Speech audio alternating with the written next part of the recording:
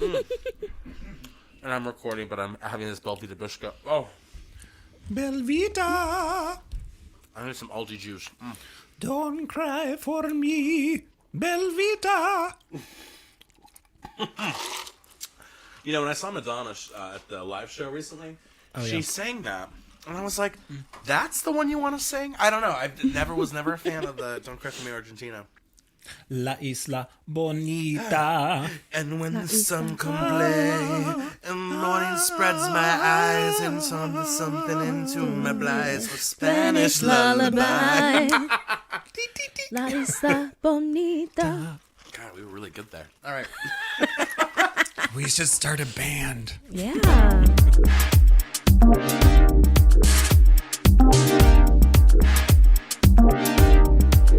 Hey, welcome back to Outdated with me, Matt Rebar. And I'm Mikey Sowers. And once again, joining us on not our casting couch, but my regular couch, it's our good friend Chelsea. Hi, Chelsea. Take off your shirt. Oh my God. It's a casting couch. That would be weird because who would that be for? It would not be for Chelsea. It wouldn't be for you or I. That's true. It'd be, yeah, weird. It's for the room.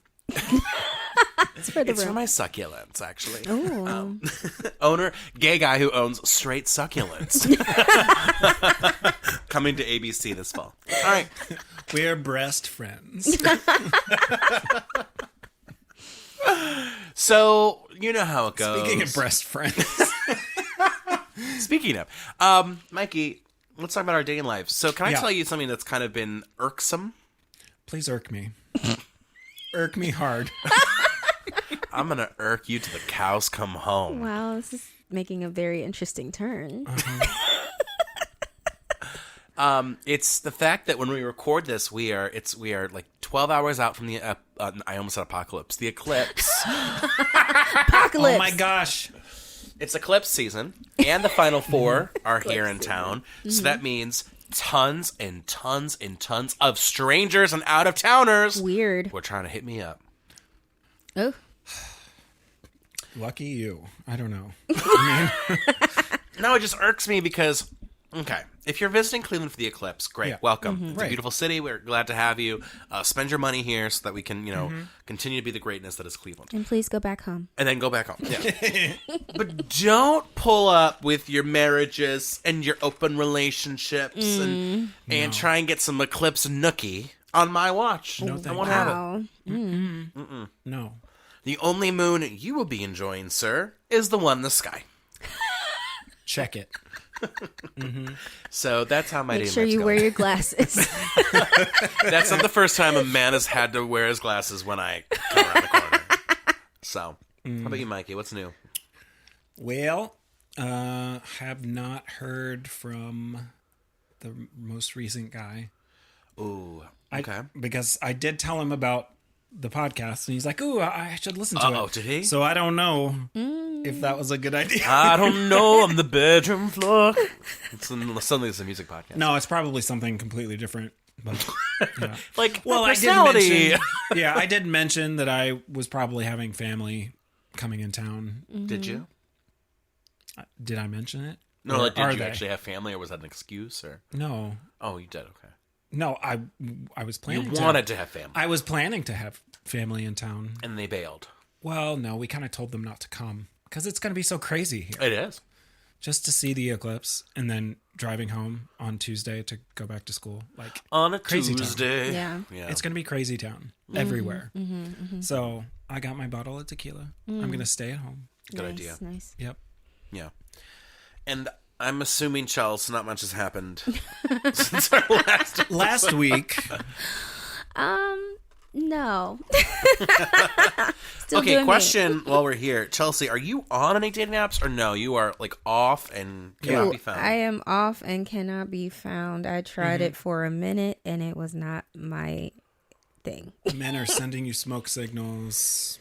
Can't be Or- found. Lost in translation. Yeah, just it's awful. It's so bad. It's like you have to be really proactive with dating apps and be like, okay, I'm talking, then we got to set up a date. Yeah. I think that's where I lack. I'm just not proactive enough. If like the conversation isn't holding, I'm like, okay, well, goodbye.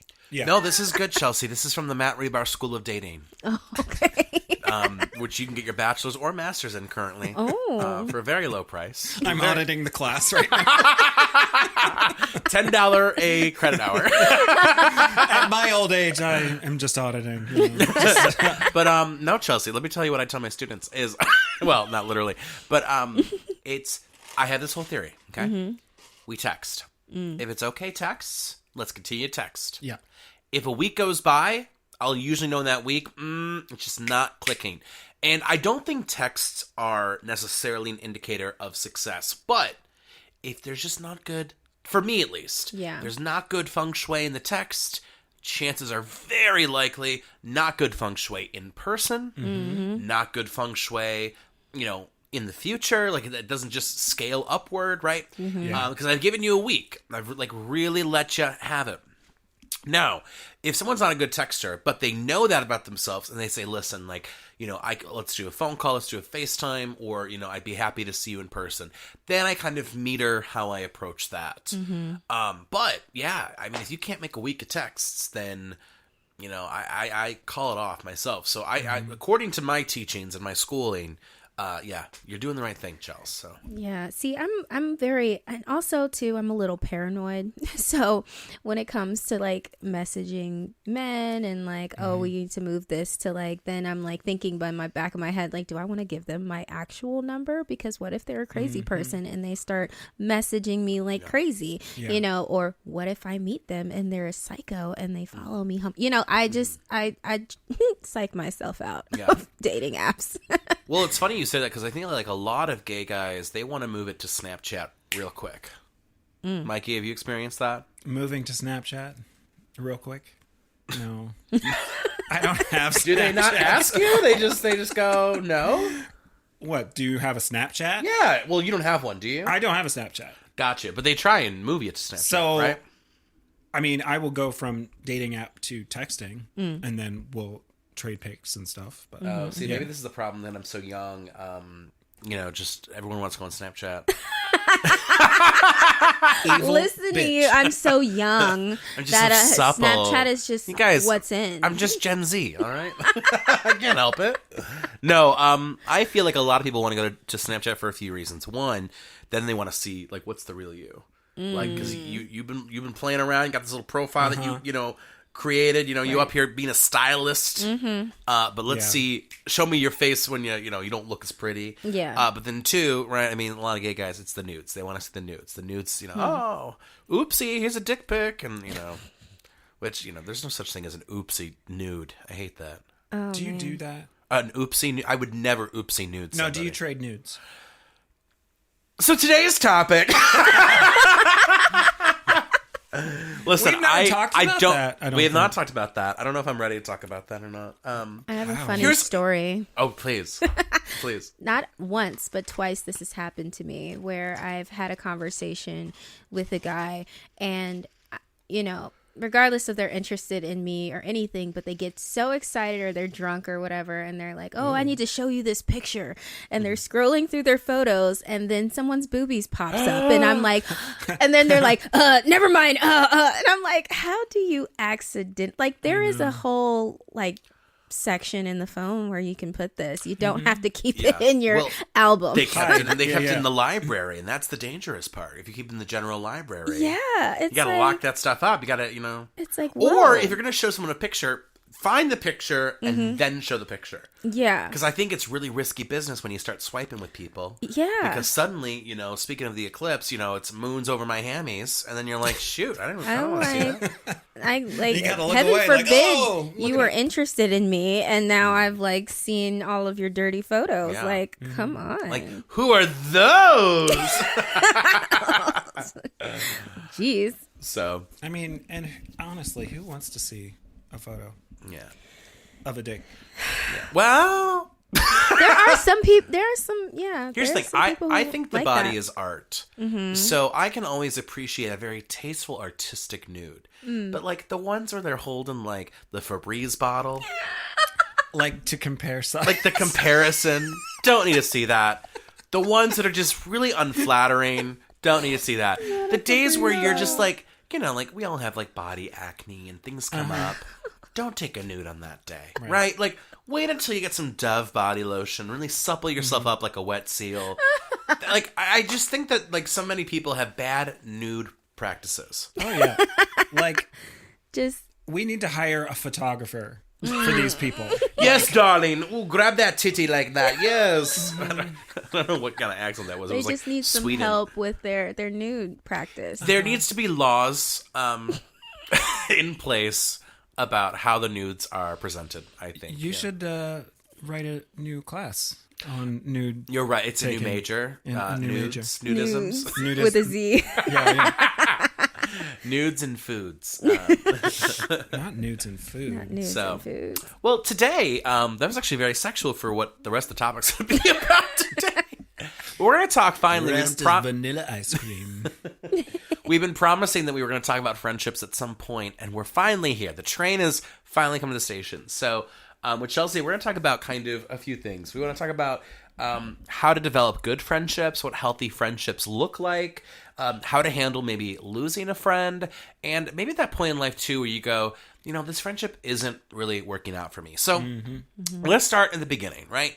How do you make good friendships? Because the one thing Mikey and I have talked about, we really hate when we go on Grindr and people are like, I'm looking for friends. No one's ever looking for friends on Grindr, right? I mean, that's Maybe just not friends with benefits. Oh, they have a little tick mark for that though. So Oh, that's you can weird. check friends with benefits. Okay. No, it's just friends. It's just friends. yeah. Interesting. how. For me, I think good friends have to happen naturally.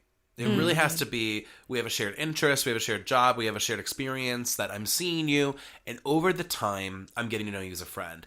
And I think us three are a great example of that, because I think when we first met each other, it was like, oh, like, I like you, but it wasn't like, oh my God, like, I have to be your friend. I have to, like, manipulate this into a friendship. And I don't think any of us would say, like, from the jump that we knew, like, this is going to be a good friend. This is going to be someone who I'm going to want to see outside of, you know, the work that we were doing. So for me, that's always been the cornerstone of a good friendship. And some of my best friendships never came out of a moment that felt like, that's going to be a best friend. It really kind of happened more so naturally. So I think for people out there who are trying to look for friendships, dial it back a little bit. Don't try and like define the role that you have with someone. Get to know them. You know, be in that space, put yourself into spaces where that's naturally going to happen. Yeah. And then allow, you know, the winds of fate to take you from there. Yeah. So I think finding friends through like work has been great for me, but that's not always the story. Like with us three working together at the company that we work At Shake. We work at Shake. not at Shake, at the Murder Theater. Okay. Yeah. Now, working at the Murder Theater together, we have shared interests. Yeah. And yeah. But like working at Shake, shared interests were alcohol. Yeah. Which I don't know if alcohol can be deemed an interest. No. It's more of like a factor to other interests. Yeah. Right. But yeah. But I have seen in my past, like I've dropped friendships just because, you know, they've either fizzled out or they were friendships of convenience. Like friends I picked up like in high school, like I don't really talk to anymore. Yeah. I don't talk to any. You know what's funny? It took me a while to like look back, but anytime there was a dramatic shift in my life, I very rarely carried friends over into that shift. Yeah. And it was only until like kind of post college and a few years out that I was finally able to have like meaningful friendships. And and it's not slandering kind of like my friendships of yore, but you know, it's kind of like where Of are the yesteryear. so young, you guys.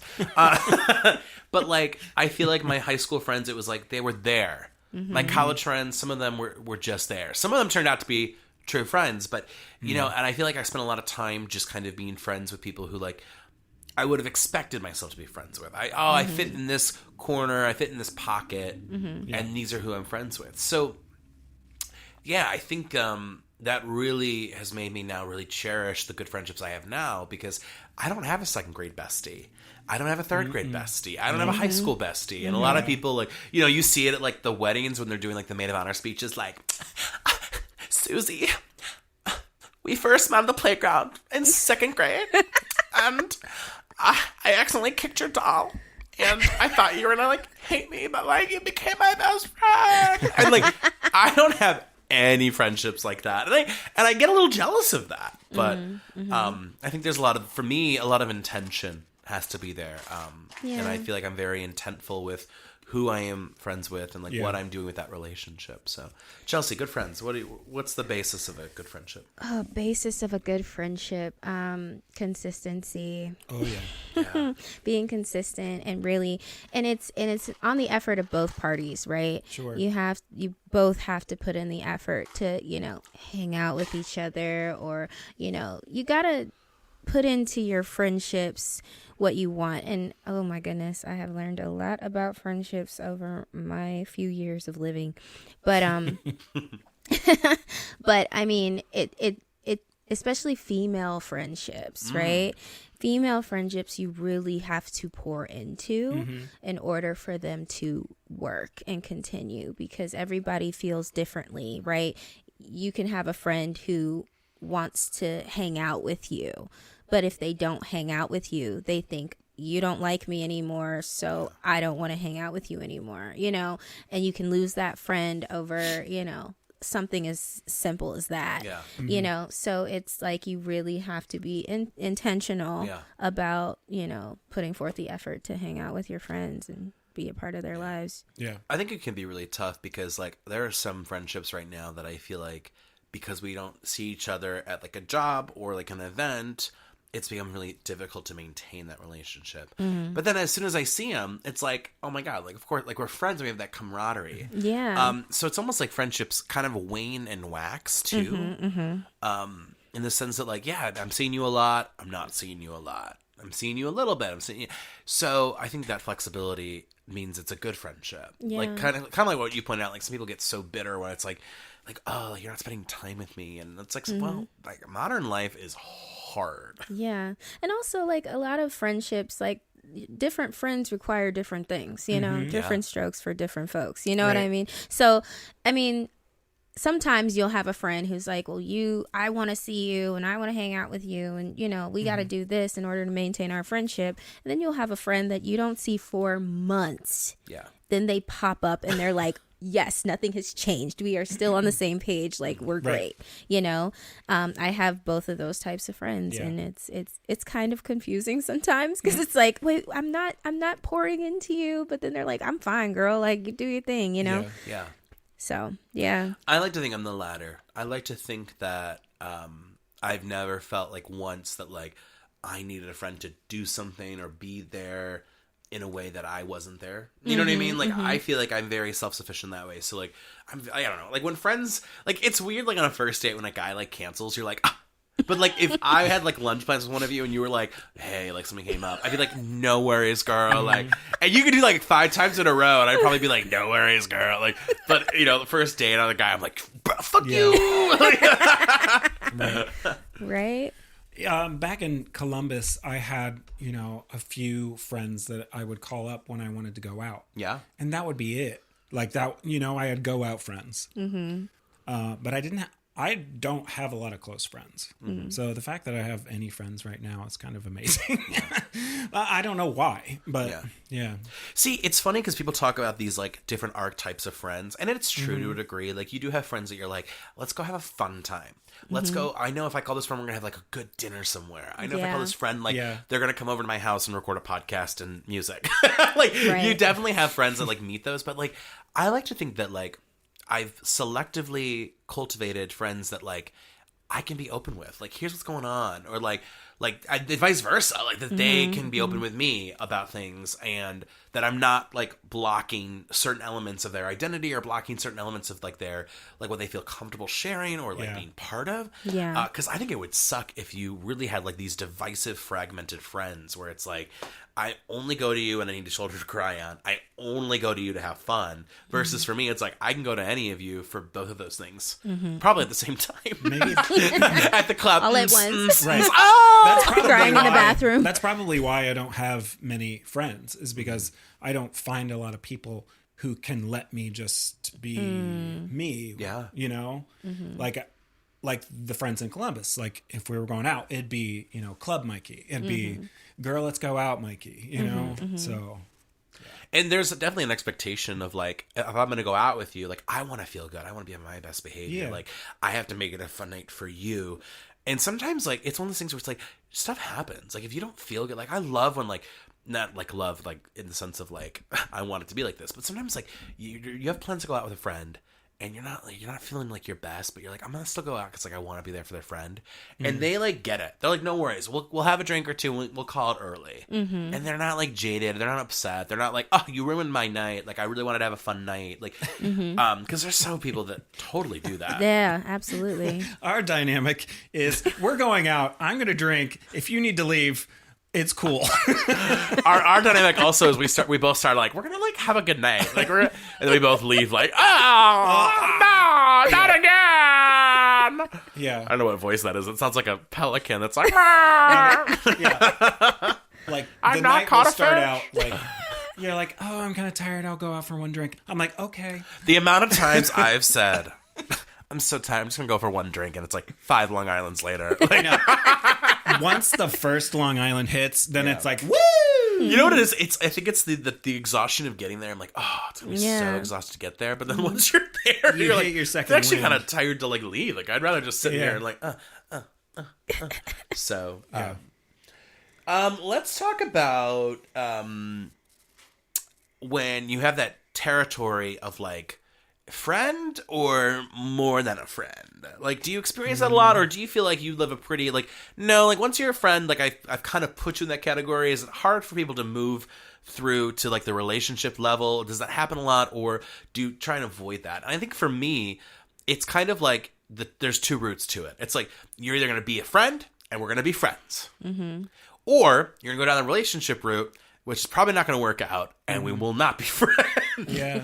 Like, it's very hard for me to separate kind of the boundary of like, well, I don't know, like I put you on the relationship level, that didn't work.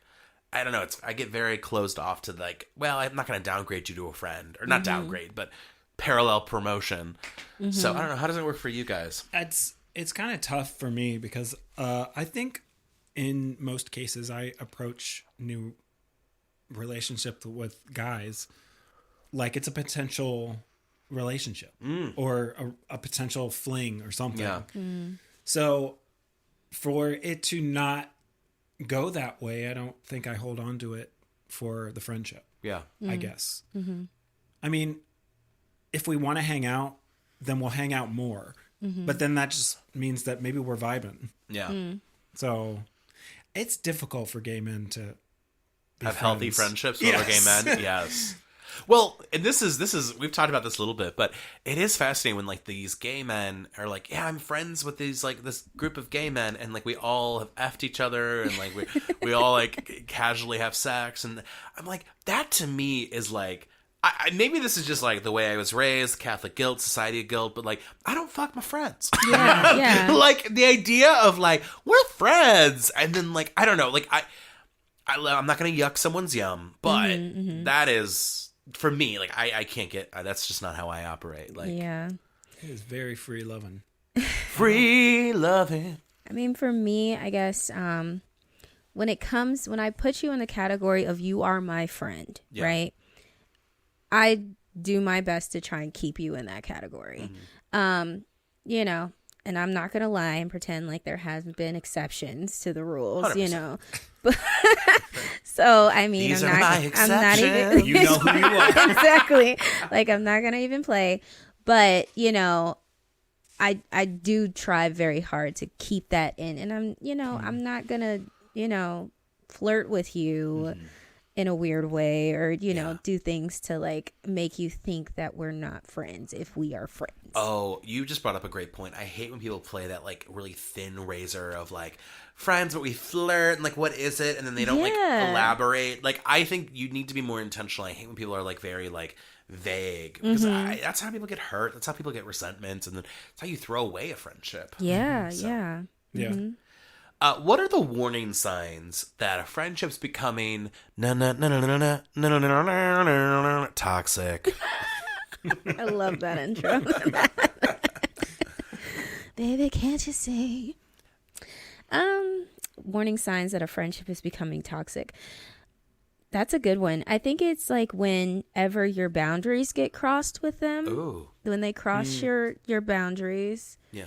And just disregard those. I think that's a big red flag. Yeah.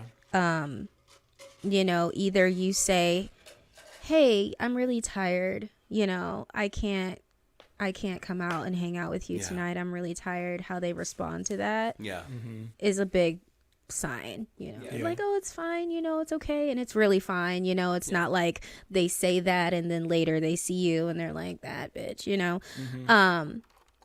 That's like a big signal to me that, okay, this is healthy. You respect my boundaries. You're okay with me not, if I'm telling you I'm tired, if I'm being honest with you about that, thank you and for letting me have a moment, I think that's a good one.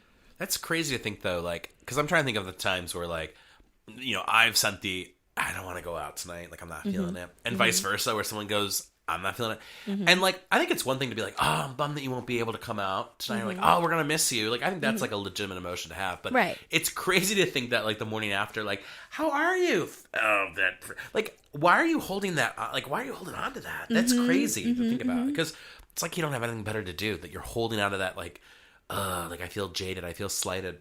Yeah. What about you, Mikey? I'm such a people pleaser. So yeah, I think it is toxic when I start to feel exhausted from the relationship. Ooh, like if my emotions and if I'm just feeling drained from the relationship, like I have to give. Yeah. So if it comes down to it, I will take myself out of the mix to save myself. Yeah. Yeah, I think some of it comes down definitely to, like, I think they say, like, good relationships are give and take. But definitely there are friendships where, like, you're usually a bit more the giver, you're a bit more the taker. I think that's natural as long as it feels, healthy. But when it becomes, like, give 100%, take 100%, it sounds weird to say, like, what is the benefit I'm getting from a friendship? But, I think that there is validity in the sense of, like, you give me emotional fulfillment. You give me, like, a sense of safety, a sense of fun. Like, you give me your time. You give me your hearing, and this is what I give you. And that's why it's a mutually beneficial relationship. Right. But I think when you start to stack it and you're like, oh, what do I get out of this? Like, I talk to you and you don't listen. We don't go out and have fun, but then, like, when we stay at home, it's not like we're having a nice night in either. It's like, like there was a great post on Reddit about this girl who's like, she's like, I lost my best friend because all she wants to talk about is men and kids. We're not married. We don't have kids. And she's like, I don't want to talk about this. I want to talk about something else. Yeah. And she brought that up to the friend. The friend's like, basically, like, yelled at her about it.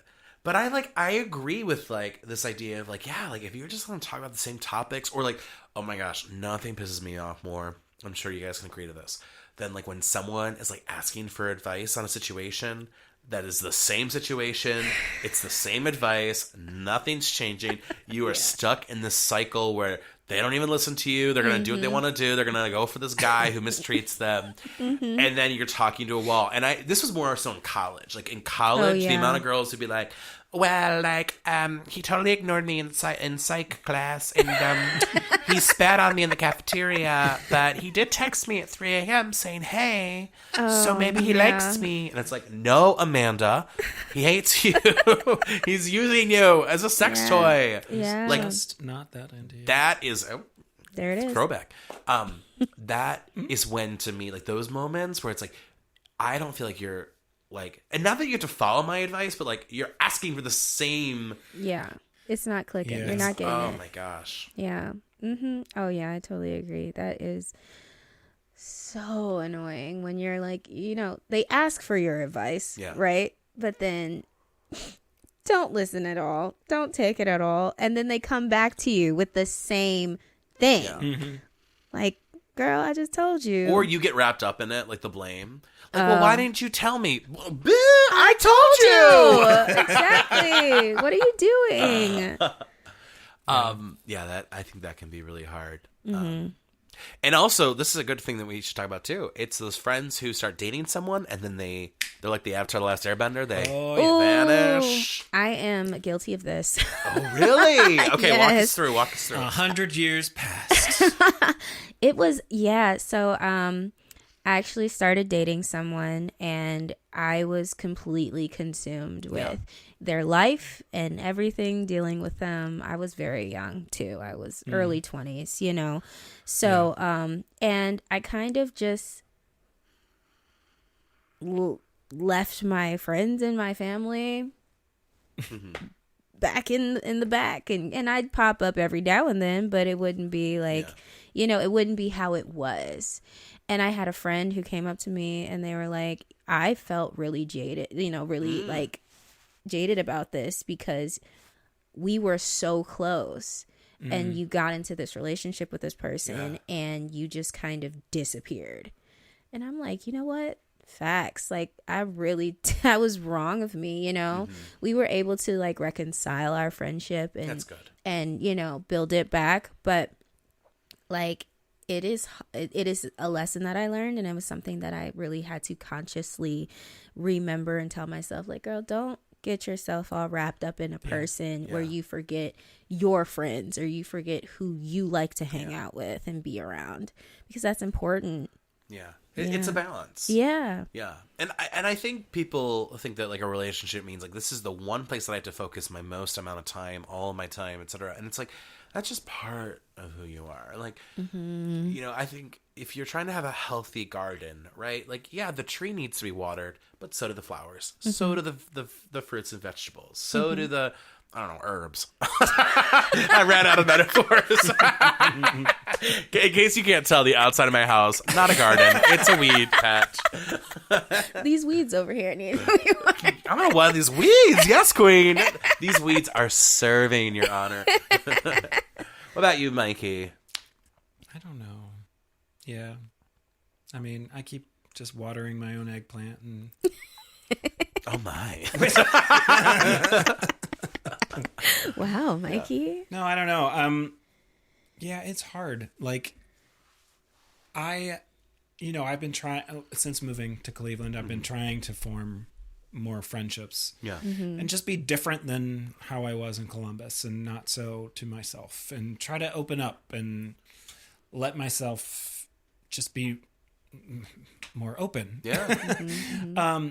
So trying to make friends over the past couple of years has been difficult, I think, just because of my age again. But like everybody that I'm trying to make friends with is 10, 15 years younger than I am. So it's been challenging to kind of maneuver through that. And I don't know, I tried to have a friendship and it was kind of nice because we had some things in common and we went out. I went over to his house for a hangout and we just watched movies and we played Animal Crossing, just chill. Yeah.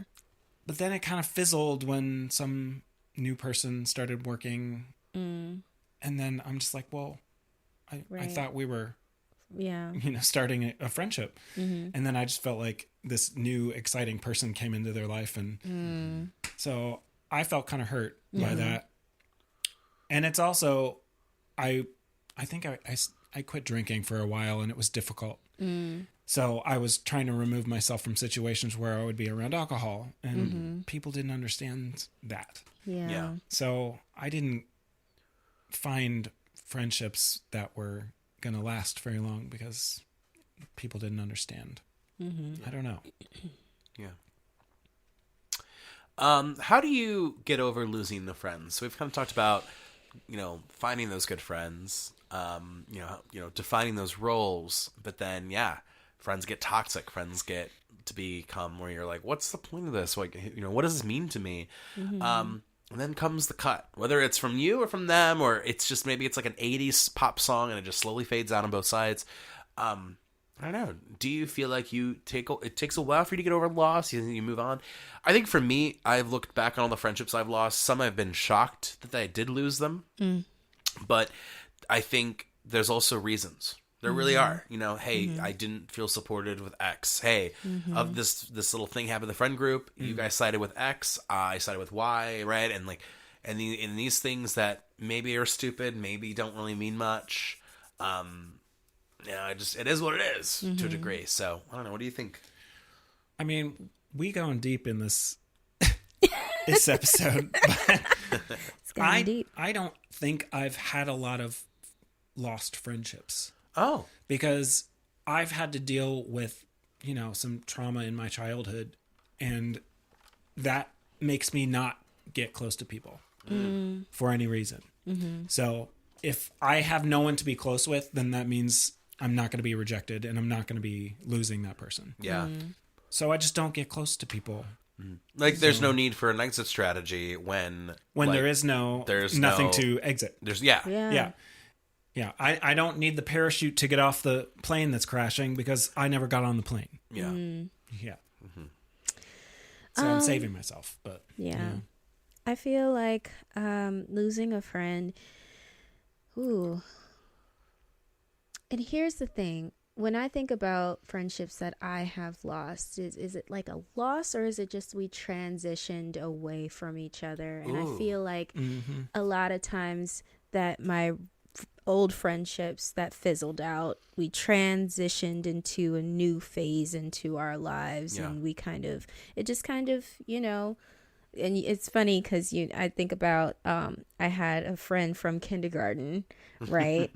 And but when you have a friend in kindergarten, it's very different as to when you're adults, you know, and they're married, they have 3 kids or something, you know, and it's like they are living a whole different life than what I'm living, you know, and could we even relate to each other anymore? Sure, we're sweet to each other when we talk or we hang out or, you know, we watch each other's stories and we like each other's, you know, the kid pictures or the cat pictures, you know, but you know, it's, do we even have anything in common anymore? You know?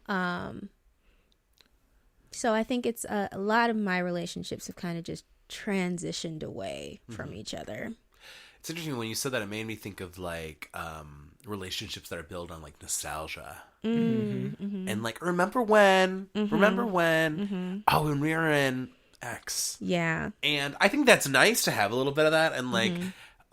But I think a lot of my relationships and friendships are very forward thinking. Like, what's coming next? Like, what are we going to do next? Like, what are we going to make next? What are we going to experience next? Like, next week, let's go.